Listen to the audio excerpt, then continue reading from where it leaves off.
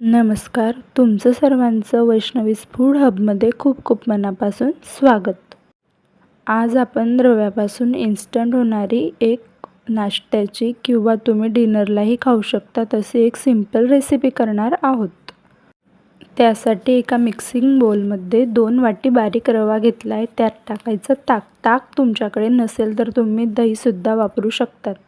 आणि थोडं पाणी टाकून 10 ते 15 मिनिटांसाठी त्याला बाजूला ठेवायचं.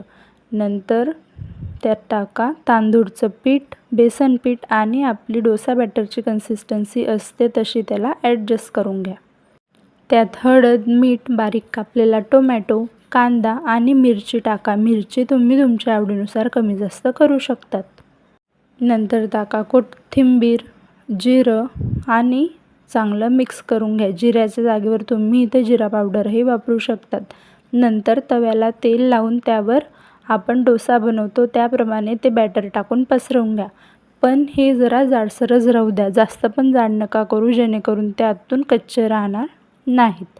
आणि दोन्ही साईडून तेल लावून चांगलं भाजून घ्या. अशा सिंपल आणि टेस्टी रेसिपीजसाठी वैष्णवीज फूड हबला सबस्क्राईब करा.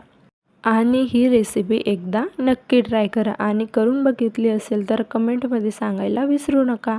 व्हिडिओ आवडला असेल तर लाईक करा. धन्यवाद.